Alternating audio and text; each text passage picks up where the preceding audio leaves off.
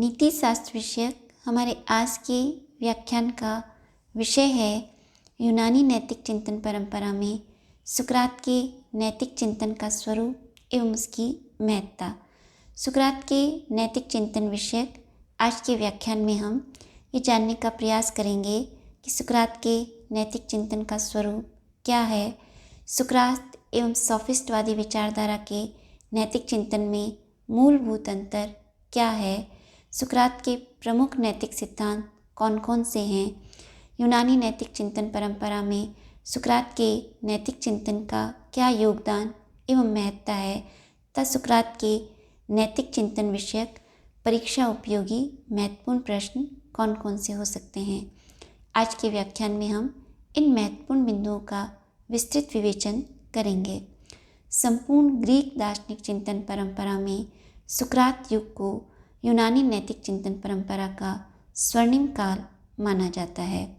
सुकरात युग में जिन दार्शनिक एवं नैतिक नियमों, सिद्धांतों एवं आदर्शों की स्थापना एवं प्रतिपादन हुआ, उन्होंने न केवल तत्कालीन यूनान को प्रभावित किया अपितु संपूर्ण वैश्विक दार्शनिक चिंतन परंपरा में इन दार्शनिक एवं नैतिक नियमों, सिद्धांतों एवं आदर्शों की अहम भूमिका है।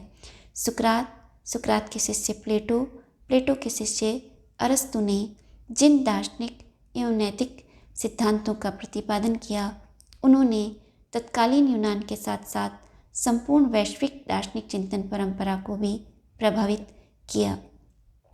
सुकरात सोफिस्टों के ही समकालीन महान दार्शनिक एवं विचारक हुए, किंतु सुकरात का सोफिस्टवादी दार्शनिक विचारधारा एवं नैतिक विचारधारा के साथ पर्याप्त मतभेद रहा। सुकरात के दार्शनिक विचार एवं नैतिक विचारों तथा सोफिस्टवादी विचारधारा के दार्शनिक एवं नैतिक विचारधारा में पर्याप्त अंतर हैं। जहाँ सोफिस्टवादी विचारधारा जो है दर्शन का मुख्य उद्देश्य व्यवहारिक जीवन की सफलता को स्वीकार करते हैं। सोफिस्ट जो हैं तत्कालीन यूनान में व्यावसायिक शिक्षक हुए, जो तत्कालीन यूनान के नागरिकों को सफल सामाजिक जीवन व्यतीत करने के लिए व्यवहारिक शिक्षा प्रदान किया करते थे। अतः सोफिस्टों के मतानुसार व्यवहारिक जीवन की सफलता ही दर्शन का मुख्य उद्देश्य है, किंतु सुकरात जो हैं उनके मतानुसार दर्शन का उद्देश्य व्यवहारिक जीवन की सफलता नहीं अपितु दर्शन का जो मुख्य उद्देश्य है सत्य या ज्ञान की खोज है।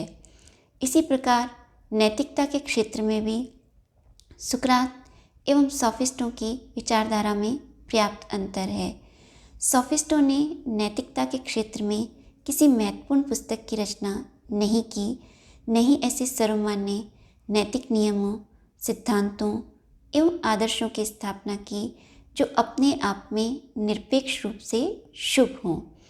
सोफिस्टवादी जो विचारधारा थी वह नैतिकता के क्षेत्र में मानवीय भावनाओं, इच्छाओं को महत्व देते हुए उन्होंने जिन नैतिक नियमों एवं सिद्धांतों की स्थापना या प्रतिपादन किया वे व्यक्तिनिष्ठवाद, सापेक्षवाद और संशयवाद के पर आधारित हैं।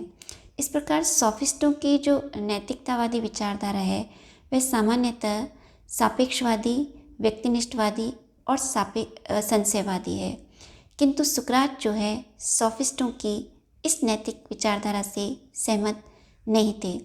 सुकरात की मान्यता है कि नैतिकता कभी भी मानवीय भावनाओं एवं इच्छाओं पर आधारित नहीं हो सकती। नैतिक नियम जो हैं सदैव सर्वमान्य एवं निरपेक्ष रूप से शुभ होने चाहिए। सुकरात ऐसे नैतिक नियमों, सिद्धांतों एवं आदर्शों के समर्थक रहे जो मनुष्य होने के नाते प्रत्येक मनुष्य पर समान परिस्थितियों में एक समान रूप से क्रियान्वित हो, उसका उचित मार्गदर्शन कर सके। सुकरात नैतिकता के क्षेत्र में वस्तुनिष्ठवाद, सर्वमान्यतावाद एवं निरपेक्षतावाद के समर्थक रहे। सुकरात जो है नैतिकता के क्षेत्र में ज्ञान को ही सर्वोच्च सद्गुण के रूप में स्वीकार करते हैं।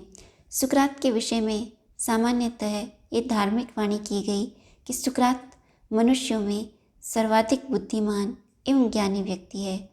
जब सुकरात से इस कथन के विषय में चर्चा की जाती तो सुकरात कहते कि वे इस अर्थ में ज्ञानी हैं कि उन्हें अपने अज्ञान का ज्ञान है।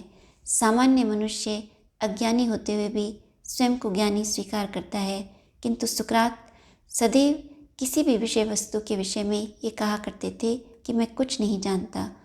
विनम्रतापूर्वक अपनी अनभिज्ञता को व्यक्त कर सुकरात सदैव ज्ञान के लिए प्रयत्नशील रहते थे।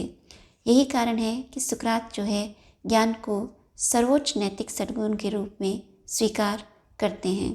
सुकरात की मान्यता है कि जीवन और जगत के विषय में मनुष्य का ज्ञान अत्यंत सीमित है, अतः प्रत्येक मनुष्य को अपने ज्ञान की सीमितता एवं अनभिज्ञता को स्वीकार कर सदैव सत्य एवं ज्ञान की खोज के लिए प्रयत्नशील रहना चाहिए। सुकरात ने जिन दार्शनिक एवं नैतिक विचारों का प्रतिपादन किया, उन्होंने तत्कालीन यूनान में जो है एक नैतिक चेतना को जागृत किया।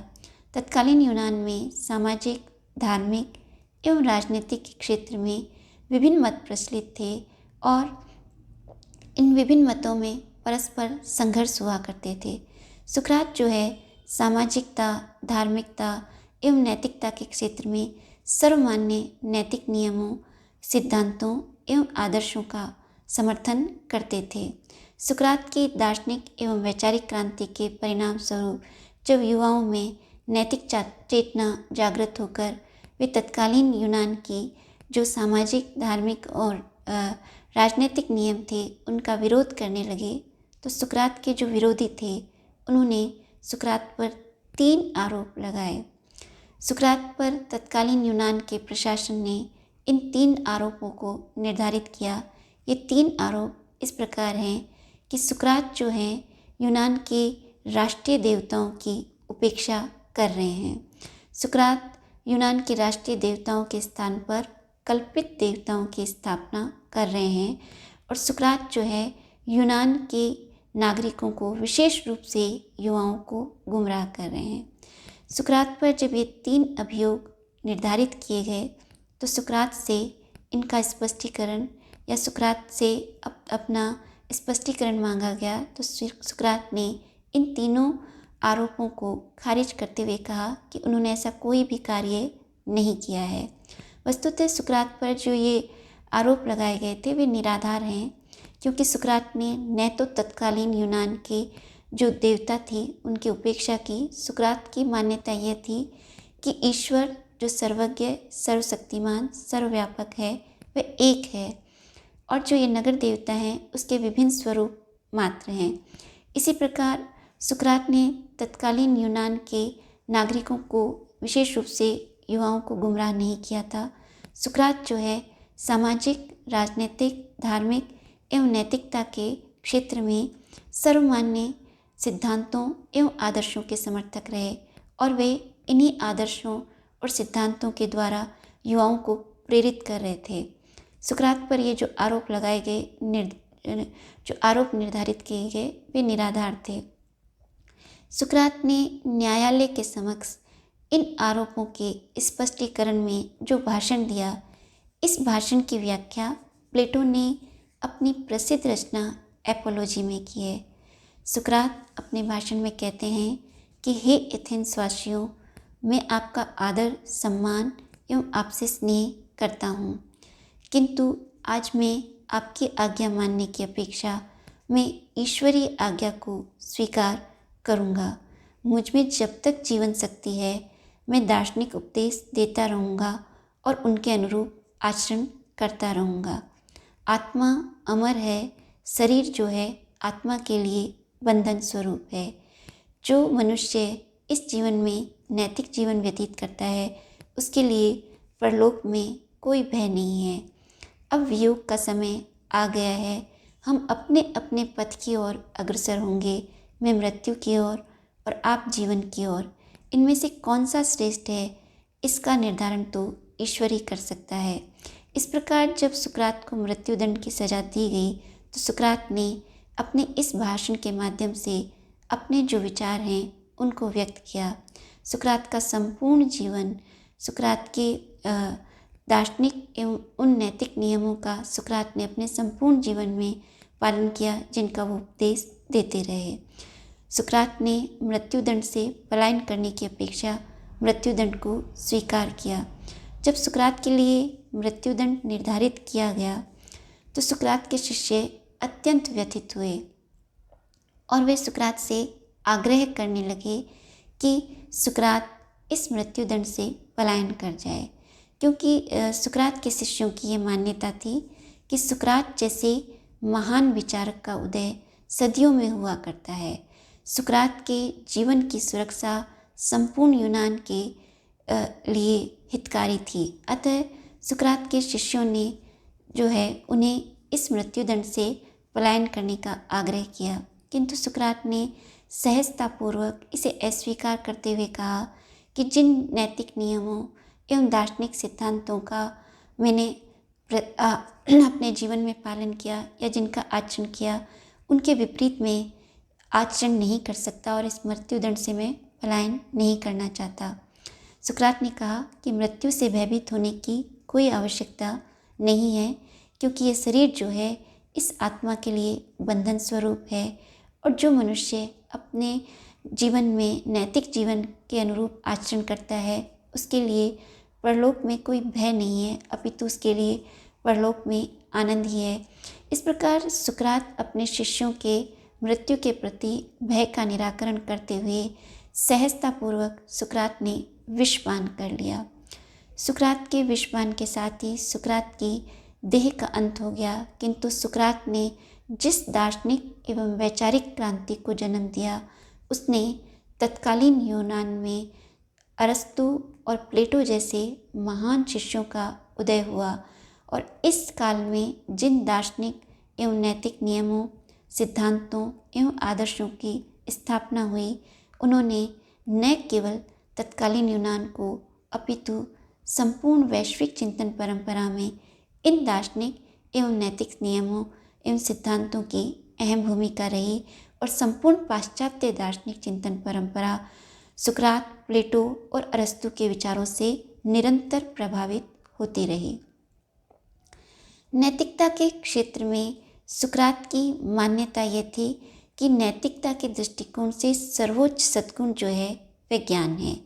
ज्ञान को ही सर्वोच्च सद्गुण के रूप में स्वीकार करते हुए सुकरात ने अपने प्रमुख सिद्धांत ज्ञान ही सद्गुण है का प्रतिपादन किया। सुकरात का जो ये सिद्धांत है इसमें जो ज्ञान शब्द है वह ज्ञान शब्द एक व्यापक अवधारणा है। यहाँ ज्ञान केवल सैद्धांतिक एवं तार्किकता के अर्थ में नहीं आया है या तथ्यात्मक जानकारी के अर्थ में नहीं आया है। ज्ञान एक व्यापक अवधारणा है। ज्ञान मनुष्य की वह विवेक शक्ति है जिसके द्वारा वह शुभ अशुभ, उचित अनुचित, सत्य असत्य, न्याय अन्याय के मध्य भेद करने की क्षमता रखता हो और उनके लिए सतत प्रयत्नशील रहता हो। सुकरात के मतानुसार मनुष्य को जब शुभ, उचित, न्याय, सत्य का ज्ञान हो तभी वह सदैव सद्गुणों के अनुरूप आचरण कर सकता है। सुकरात की मान्यता है कि प्रत्येक मनुष्य जो है शुभ की इच्छा करता है, किंतु शुभ के लिए मनुष्य को शुभ का ज्ञान होना आवश्यक है। सुकरात की मान्यता है कि जानबूझकर कोई मनुष्य अशुभ की इच्छा नहीं करता। यदि कोई मनुष्य अशुभ की इच्छा करता है या कोई अनुचित कर्म करता है तो इसका कारण यही है कि उसे शुभ और उचित का ज्ञान नहीं है। इस प्रकार सुकरात जो है अज्ञान को ही समस्त बुराइयों और दुखों का कारण मानते हैं और सुकरात की मान्यता है कि मनुष्य को सदैव अपने इस अज्ञान का निराकरण करने के लिए प्रयत्नशील रहना चाहिए।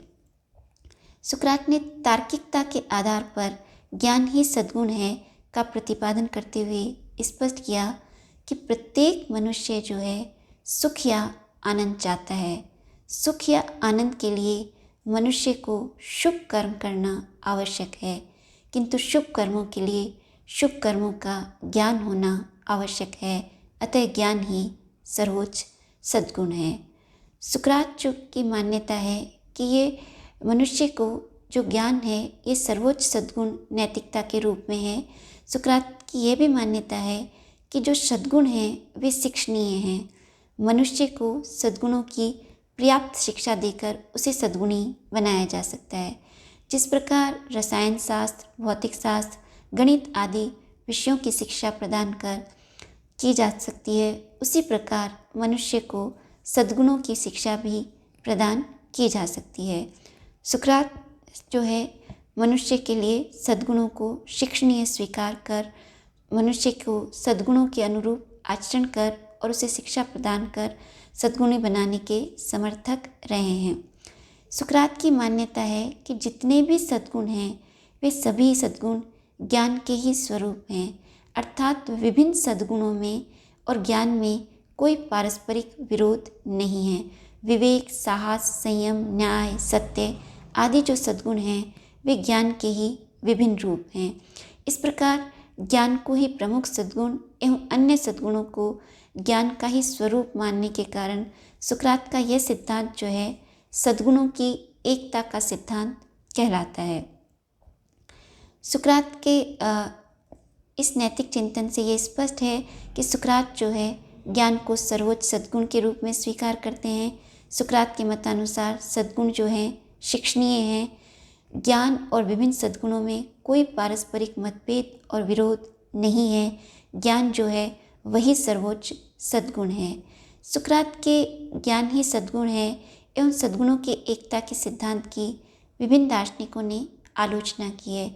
सुकरात के शिष्य प्लेटो और प्लेटो के शिष्य जो अरस्तु हुए, उन्होंने ज्ञान ही सद्गुण की आलोचना करते हुए कहा कि जब सुकरात ये कहते हैं कि ज्ञान ही सर्वोच्च सद्गुण है, तो अरस्तु कहते हैं कि सद्गुणी होने के लिए केवल किसी विषय वस्तु का ज्ञान होना ही पर्याप्त नहीं है, अपितु मनुष्य को सद्गुणी होने के लिए उन सद्गुणों के अनुरूप अपने जीवन में आचरण करना भी आवश्यक है।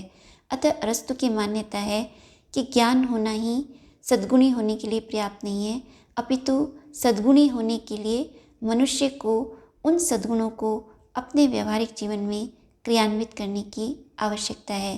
किंतु यदि हम सुकरात का संपूर्ण जीवन देखें तो ये अरस्तु की आलोचना तर्कसंगत नहीं लगती, क्योंकि सुकरात ने दार्शनिक एवं नैतिक क्षेत्र में जिन नैतिक नियमों, सिद्धांतों एवं आदर्शों की स्थापना की या जिस ज्ञान के सुकरात समर्थक रहे, वह केवल सैद्धांतिक या तथ्यात्मक ज्ञान नहीं है। सुकरात का स्वयं का जीवन इसका ज्वलंत उदाहरण है कि सुकरात ने जिन दार्शनिक एवं नैतिक नियमों का प्रतिपादन किया, उनके अनुरूप या जिन सर्वमान्य नैतिक नियमों को उन्होंने स्वीकार किया, उनके लिए वे सतत प्रयत्नशील रहे। सुकरात ने मृत्युदंड को स्वीकार कर लिया, किंतु उससे पलायन नहीं किया। इस प्रकार जब सुकरात ये कहते हैं कि ज्ञान ही सद्गुण है, तो यहाँ ज्ञान जो है तथ्यात्मक एवं केवल सैद्धांतिक जानकारी नहीं है, अपितु ज्ञान एक व्यापक अवधारणा है जो मनुष्य को उचित अनुचित, शुभ अशुभ, सत्य असत्य, न्याय अन्याय के मध्य भेद करने की क्षमता प्रदान कर उसके अनुरूप आचरण करने के लिए प्रेरित करती है। इसी प्रकार सुकरात के जो सद्गुणों की एकता का सिद्धांत है, जिसमें सुकरात ने यह स्पष्ट किया कि जो विभिन्न सद्गुण हैं वे ज्ञान के ही विभिन्न रूप हैं, अर्थात विभिन्न सद्गुणों में और ज्ञान में जो है पारस्परिक कोई विरोध नहीं है। इसकी आलोचना ये की जाती है कि किसी मनुष्य में एक सद्गुण होने से उसमें अन्य सद्गुण हो ये आवश्यक नहीं है। जैसे कोई मनुष्य साहसी होते हुए भी अन्यायी हो सकता है, किंतु यहाँ ये स्पष्ट करना आवश्यक है कि साहसी और जो अन्यायी है, साहसी व्यक्ति अन्यायी हो सकता है, क्योंकि साहसी जो है, साहसवान होना एक सामान्य सद्गुण है। किंतु जब सुकरात ज्ञान की बात करते हैं तो ज्ञान एक सामान्य सद्गुण नहीं है। ज्ञान का यहाँ अभिप्राय यही है कि जो उचित अनुचित, शुभ अशुभ और सही गलत है उसके मध्य निर्णय करने की क्षमता हो। अतः ज्ञान एक व्यापक सद्गुण है जिसके अंदर अन्य समस्त सद्गुण समावेशित हो जाते हैं। अतः जो व्यक्ति वास्तव में ज्ञानी होगा वह कदापि नैतिक नियमों का या नैतिक सद्गुणों के विपरीत आचरण नहीं कर सकता। सुकरात के नैतिक चिंतन में जो ये दो प्रमुख सिद्धांत हैं, इसके अतिरिक्त सुकरात की ये मान्यता है कि प्रत्येक मनुष्य जो है सुख या आनंद की इच्छा करता है, किंतु सुकरात का मत है कि मनुष्य वास्तविक सुख और आनंद की प्राप्ति तभी कर सकता है जब वह सदैव सद्गुणों के अनुरूप आचरण करे।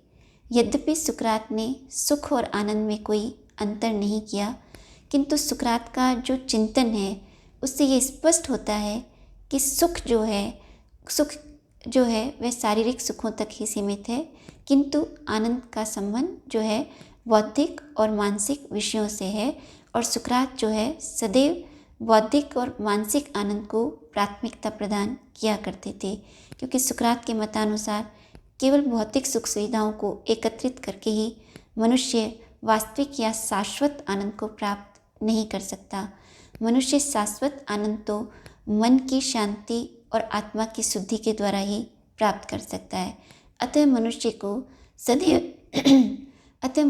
को सदैव अपनी मन की शांति और आत्मा की शुद्धि के लिए प्रयत्नशील रहना चाहिए। सुकरात के मतानुसार मन की शुद्धि के लिए यह आवश्यक है कि मनुष्य अंतर्मुखी हो, निरंतर ज्ञान के लिए प्रयत्नशील रहे। यही कारण है कि सुकरात ने ज्ञान को सर्वोच्च सद्गुण के रूप में स्वीकार किया। अतः जो मनुष्य अपने जीवन में आनंद या सुख की इच्छा करता है, उसे सदैव सद्गुणों के अनुरूप आचरण करना आवश्यक है। सुकरात वास्तविक आनंद के लिए विवेक शक्ति, आत्मनियंत्रण एवं कर्तव्य निष्ठा को आवश्यक मानते हैं। सुकरात के मतानुसार कोई भी मनुष्य अपने जीवन में शाश्वत आनंद तभी प्राप्त कर सकता है जब उसमें पर्याप्त विवेक शक्ति हो, अर्थात मनुष्य में उचित अनुचित, शुभ अशुभ, सही गलत के मध्य निर्णय करने की क्षमता होनी चाहिए। तभी वह सदैव शुभ और उचित की ओर उन्मुख हो सकता है और अशुभ का त्याग कर सकता है। इसी प्रकार सुकरात के मतानुसार मनुष्य के जीवन में वास्तविक आनंद के लिए आवश्यक है कि उसे अपनी भावनाओं, इच्छाओं और वासनाओं पर पर्याप्त नियंत्रण करने के लिए उसमें क्षमता होनी चाहिए, अर्थात मनुष्य में संयम या आत्मनियंत्रण होना चाहिए, जिसके द्वारा वह अपनी भावनाओं, इच्छाओं और वासनाओं पर उचित नियंत्रण कर सके। क्योंकि भावनाएं, इच्छाएं और वासनाएं जो हैं सामान्यतः मनुष्य को नैतिकता से विमुख करती हैं। नैतिक जीवन के लिए आवश्यक है कि मनुष्य अपनी विवेक शक्ति का सदुपयोग कर सदैव इन भावनाओं, इच्छाओं और वासनाओं को अपनी विवेक शक्ति के द्वारा नियंत्रित करे। अतः सुकरात के मतानुसार विवेक शक्ति के साथ साथ आत्मनियंत्रण या संयम जो है वह भी शाश्वत आनंद का मूलभूत आधार है। सुकरात विवेक शक्ति और आत्मनियंत्रण के साथ साथ कर्तव्य निष्ठा को भी शाश्वत आनंद का आधार स्वीकार करते हैं। सुकरात के मतानुसार जो भी मनुष्य इस जीवन में आनंद प्राप्त करना चाहता है, उसे सदैव कर्तव्यनिष्ठ होना चाहिए।